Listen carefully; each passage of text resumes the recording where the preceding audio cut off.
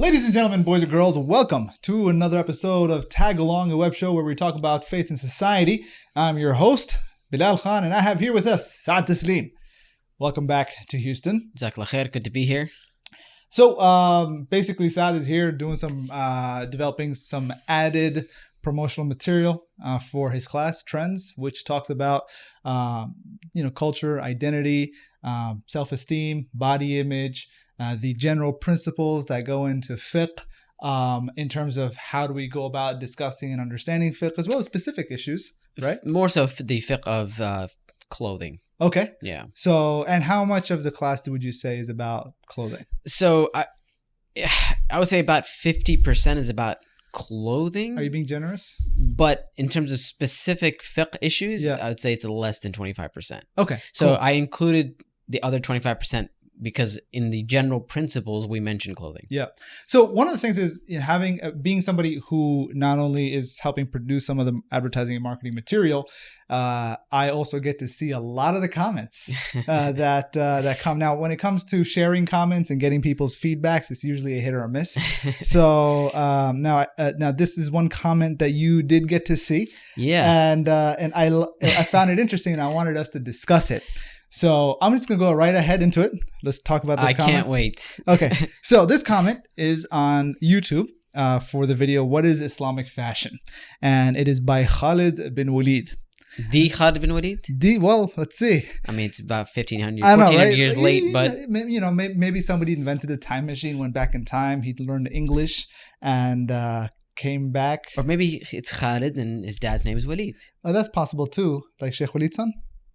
Like his name is Khalid and there you his go. Dad's name is Is Walid. it him? Did he lead this comment? Actually, you gotta ask Sheikh Walid. It would be pretty funny if he did. So the comment goes as such. It says, the interesting thing about your style, Saad, is no one would be able to identify you as a Muslim at a glance. You could easily be some trendy skater kid or whatever. I mean, you are kind of a trendy skater kid. Okay, hold on. That's my first issue with this comment. Okay. You don't like trendy skater kid? No, like that's not my style. Like I don't dress like a skate. Like there's aspects of me Look, that you are skateboard, that you are, got flat shoes. That's skater yeah, kid. but so there's aspects of the way I dress that is, I guess, has some skater-ish stuff. But to just classify me as a skater kid, like I don't know. Okay. Or whatever. What's in your heart will manifest in your limbs, words, and outward appearance. Men should be proud to show they are Muslim, not be obsessed with fitting in. Yep. Why don't you teach us something worthwhile to the youth? You really are wasting everyone's time with this rubbish. So obviously, just by that word, we know that the person ain't American. Rubbish. I mean, seems like that. Seems that way. All men need to know is cover the aura, look presentable and not imitate the kuffar. Oh yes, and grow their beard more than a fistful length. Like, you're out, bro. I guess you're I'm out. I'm sorry, bro. I'm out of here. I'm pretty sure I'm out too. So all men, okay, and oh yes, grow their beard a fistful length. We aren't trying to be models on the catwalk. It's sad to see a graduate from Medina wasting his time when he could be teaching far more useful things and actually benefiting people. All right. This is there's so many layers to that comment. Like we could do like a sharh, like an explanation. And you break down like hadith, for example, word for word and like sentence by sentence. We could literally just do that with this comment. So I found this comment to be entertaining, but then it turns out that you actually love this comment. Yeah, it's one of my favorite comments. You're like, it's a beautiful comment. This is great. This is a great comment. Okay. So give me your thoughts on this. What's happening here? So I'll tell you why it's a great comment. Okay. Because this comment, it almost like fully encompasses the need for this seminar. Okay. Because there's like misconception after misconception, misunderstanding after misunderstanding. And it's like we address all of these topics. We address all of these issues in the seminar. And so and that's why, this is something that should be read in the seminar. Like this comment should be read in the seminar. It's like, this is the stuff that we're going to be talking about. Okay. Right. And like I said, you can literally like sentence by sentence break it down and, and get benefit out of it, ironically. So the idea of being identified as a Muslim, what is a Muslim identity? There you go. So that's the interesting thing about your style, Saad, is no one would be able to identify you as a Muslim. Like what would you have to wear to be identified as a Muslim? You need to have a shirt that says Islam. Does that mean necessarily that you're Muslim? Possibly. I mean, Maybe. Or you could dress up like a Jedi. A Jedi Knight? Yeah. Okay. Well, it depends. Do you want to be Sith or... You're revealing your nerd card right here. Or you can dress up like the Elven Kings of Rivendell. That's it. Now you lost me. You went too far. What? The Lord of the Rings? That's too far into geekdom come right on there. now. Just, or you can dress up like the professors of Hogwarts. and that's like Witchcraft 2 steps wizardry. too far. Like there's Lord of the Rings and you went far. You've crossed the boundary. And then Come on, all of you are in tune with no. exactly what I'm saying. Harry Potter. Harry Potter? No, I said Hogwarts. Isn't that Harry Potter? Well, he happened to go there. Yeah, same universe or whatever. Yeah, okay. Or you can get a tattoo of Allah on your chest. Yeah. Right? Yeah. So, yeah. Make sure you edit this out. We're so off topic. No, but you talk about Islamic dress, right? Yeah, exactly. Okay. So, so my question would be, and just to get this person and whoever else may feel this way, get them to think is, well, what would you have to wear to, look Muslim? Okay. And what do you, how do you think somebody like that? I mean, we obviously don't know this person, but we kind of get an idea. Khalid bin Walid, yeah. What do you think if I were to ask him? Yeah. Right. That so what would I have to wear? Right. In order to be identified as a Muslim. Maybe though, like depending, right? So now my follow-up question would be, who is to say that is the definite Muslim dress? Because the Prophet ﷺ wore shalwar kameez. Oh, right. I forgot. He wore shalwar kameez. And, sometimes you wear a thobe, and that's completely false. Okay. Right? He definitely didn't wear a thobe. Okay. Right? His normal clothing was actually, what people wear for Hajj and Umrah, the ihram. Ihram, yeah. Two sheets of cloth, like one at the bottom, one at the top. Yeah, I mean, look, so the bottom part, your body's covered. It's kind of like a skirt. I'm not going that far. And then you have a sheet on top, right? Okay. And then other times, the Prophet would wear an izar, the bottom sheet, and then he would have a shirt on top. Okay. Actually, what our Bengali brothers and sisters, what they wear, that would probably be closer, would probably be, closer to the sunnah of the Prophet ﷺ. Literal sunnah. This is one of the things we talk about in the class. When the Prophet did something, how do you know if it's just something he did, or if it's something that is part of legislation? It's something that we should do. So the typical questions that we discuss is, covering the head for men. Okay. Right? We don't have a narration where he uncovered his head in public. Like there is a practical purpose for covering your head, right? Like this is something I didn't realize until I came to Houston. If you're outside for a little while, it gets hot, man. Yeah, okay. You need a hat. Exactly. So I may not be comfortable wearing a, 10-gallon cowboy hat or a sombrero, but like a fedora will do.